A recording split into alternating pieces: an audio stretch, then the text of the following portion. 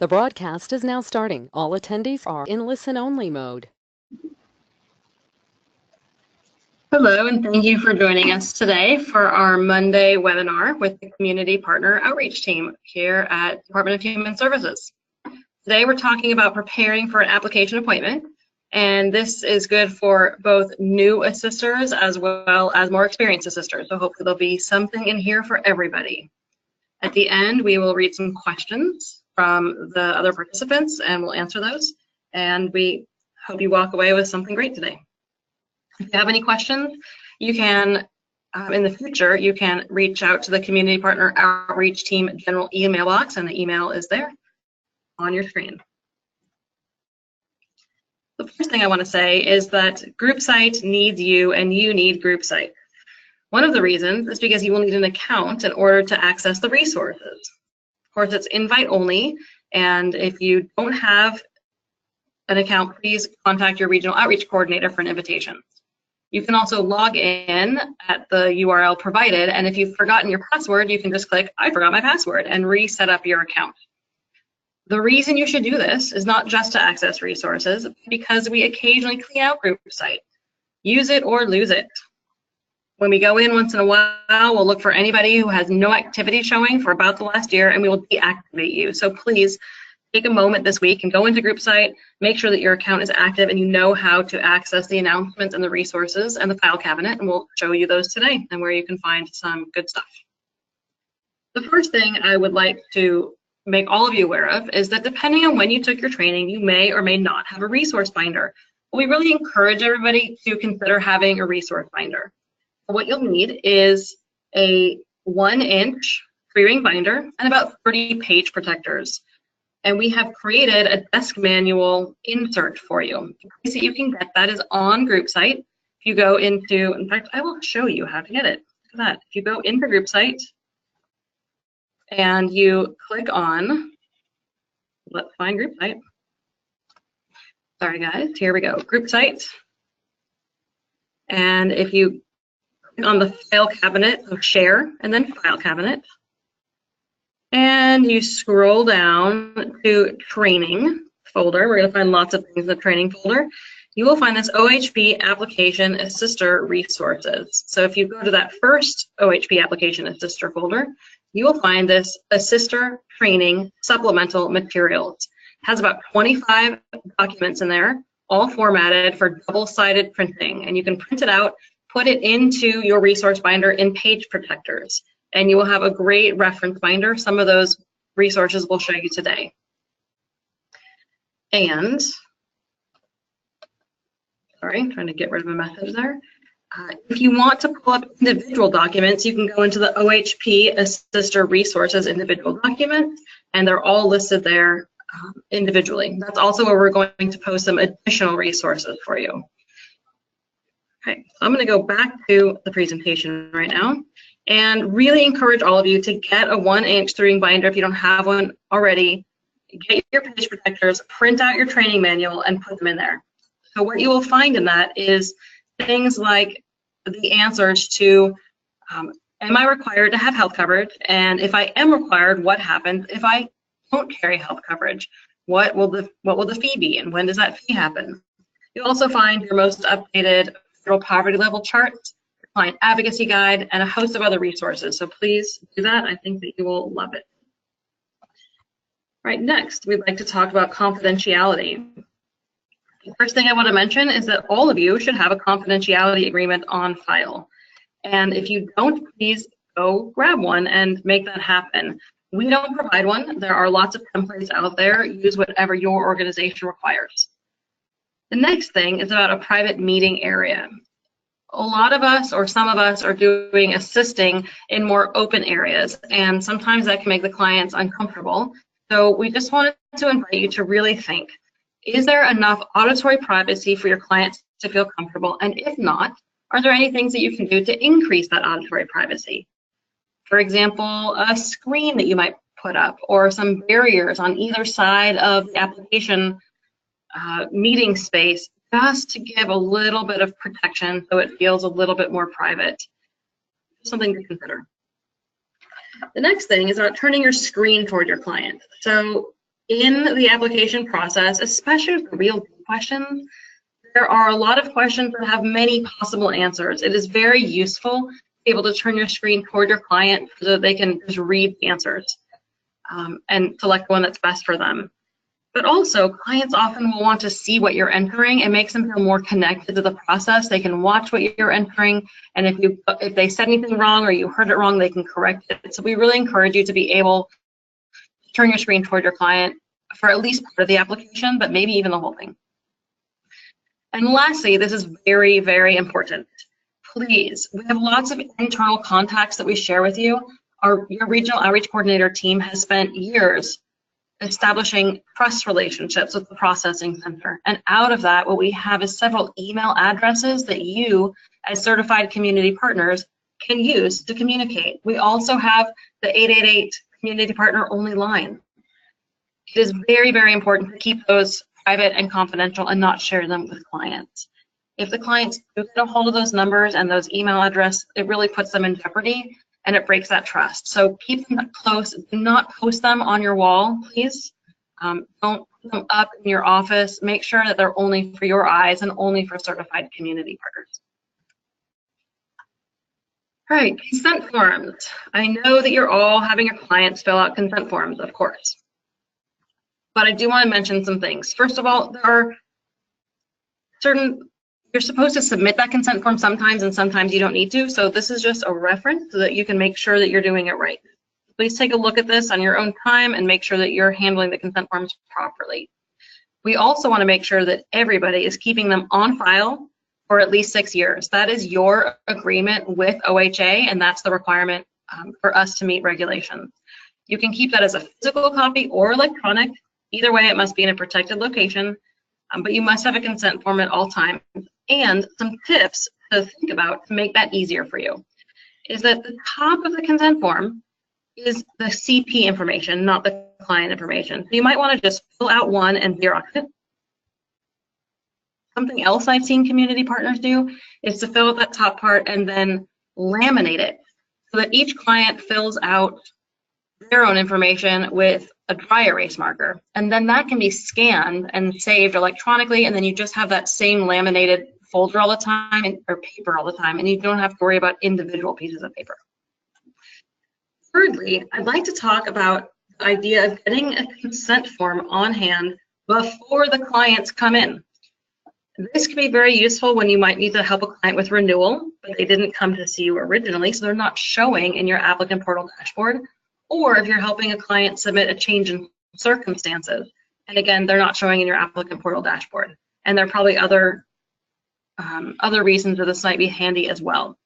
What you can do is you can somehow get that consent form to that applicant through another community partner, through a provider, through a DHS office, and have that other third party then send you that form, either through fax or email.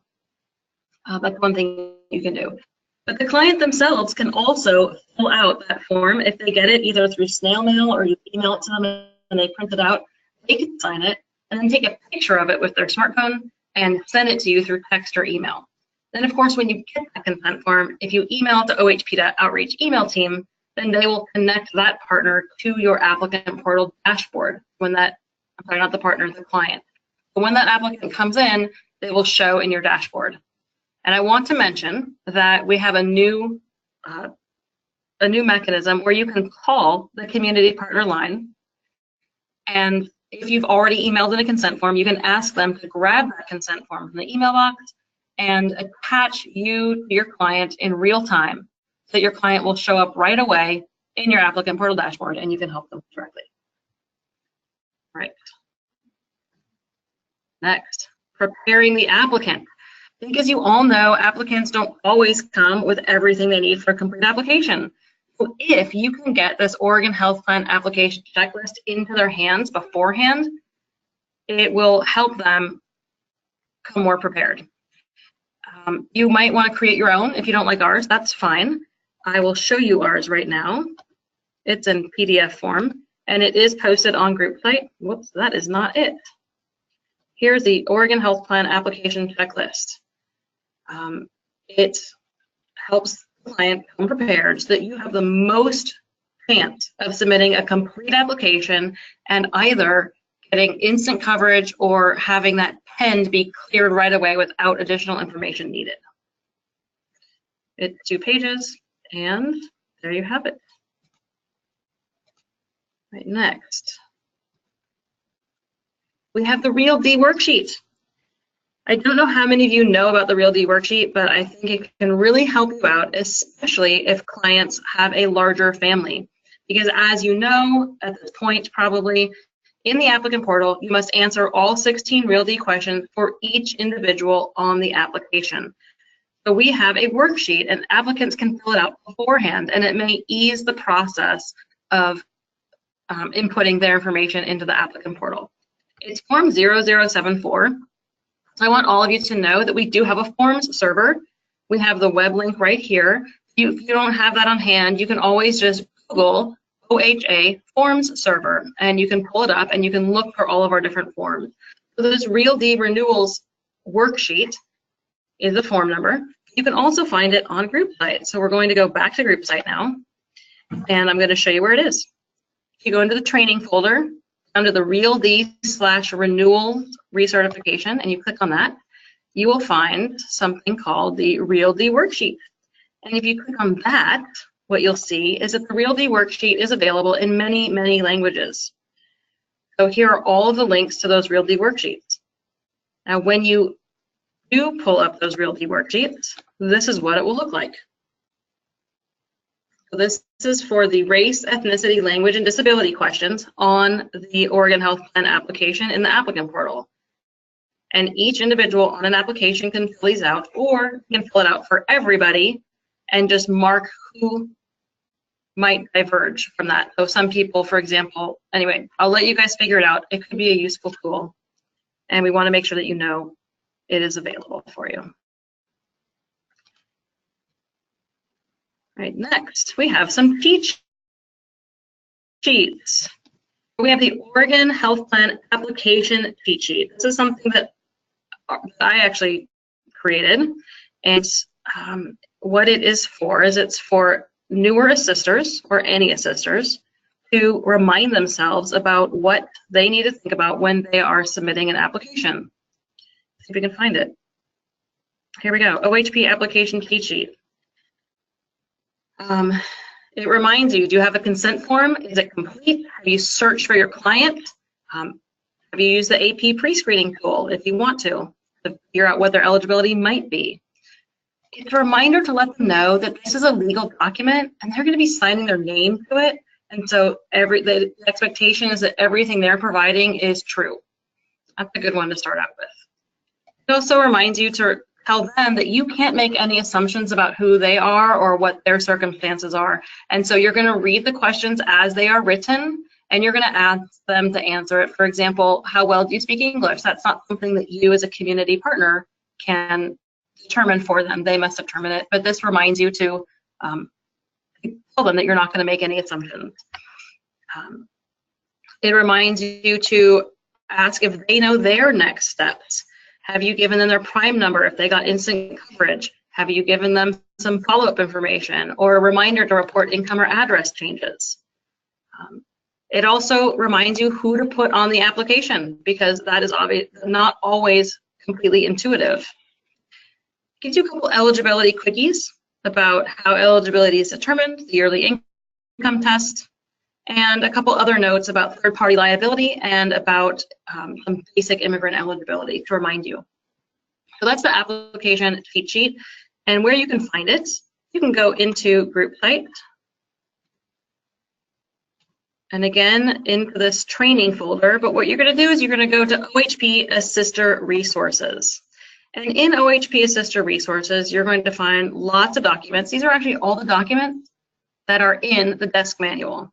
And so if you, here's the one applicant portal cheat sheet. That's an equivalent for when you're using the applicant portal. And this is the OHP application cheat sheet. This is where you can find all of those documents. This is why GroupSite is important. I also want to point you to the CP resources sheet. This is something that I wrote up, and I was asked to share it with everybody. It's all of the phone numbers and emails all in one place that I always want to use. So this is what it looks like. Oregon Health Plan is sister resources. Now here's an important note. This is only for certified community partners because it has all of our internal communication lines on it, such as the 888 number, okay? Or the other, the special teams that are only for community partners to use. So please do not share this with clients. But know that if you're looking for something like, how do I report third-party liability, other medical coverage again? Oh, look, it's right there. Or if you think to yourself, oh my gosh, what was the refugee team email? Oh, look, there it is. Or if you think, oh, I can't remember how to get into group site and I'm doing a Google search and it's not showing anything. Oh, look at that.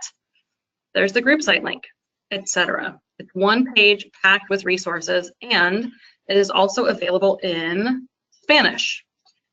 So we will post this Spanish one also to that community partner resources folder. I just discovered this today, so it'll be up by the time that you hear this webinar. All right, what else do we have here? This is my favorite. I've saved the best for last. This slide is titled Avoiding Duplicate Applications, but here's really what this is about. As you all know, when a client applies, there's a decent chance that they're going to get an RFI, request for information.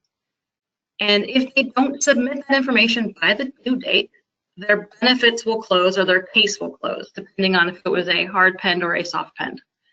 So if the client does not respond to the RFI in time, their case will close and they will have to reapply again. We cannot open that case up again.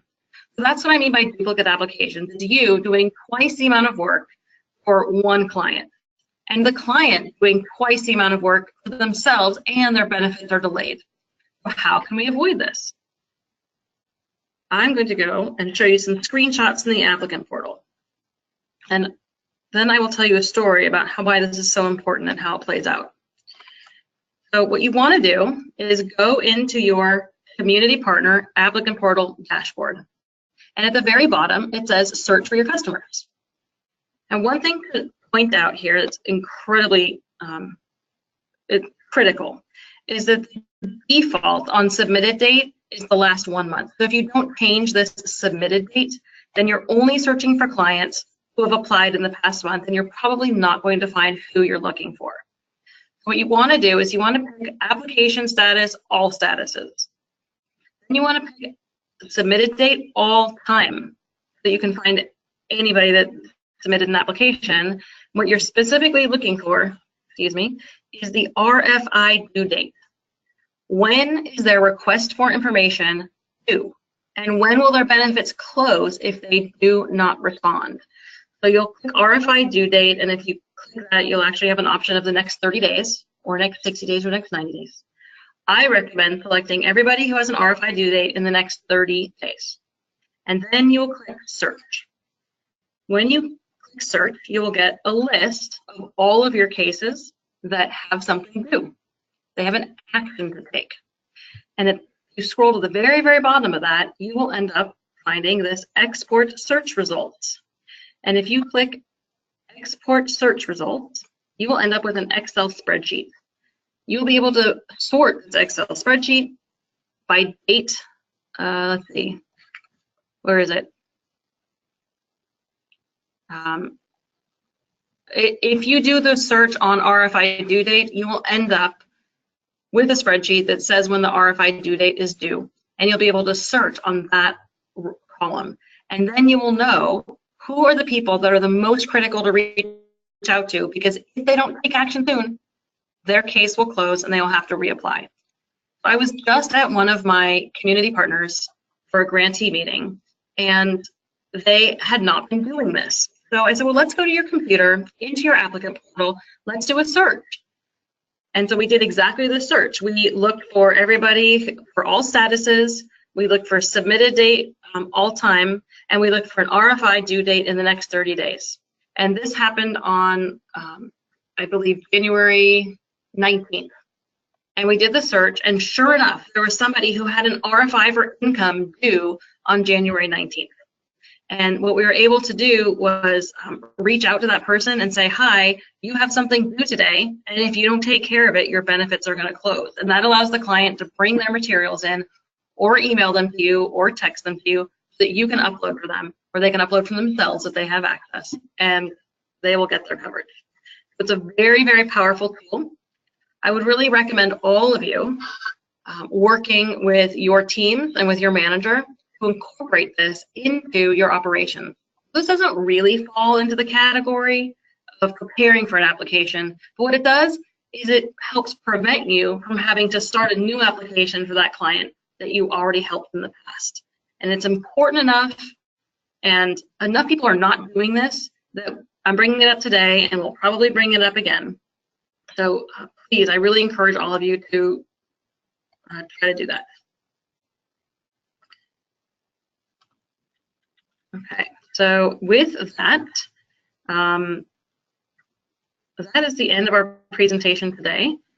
These are the instructions for running that report, so you can refer back to them.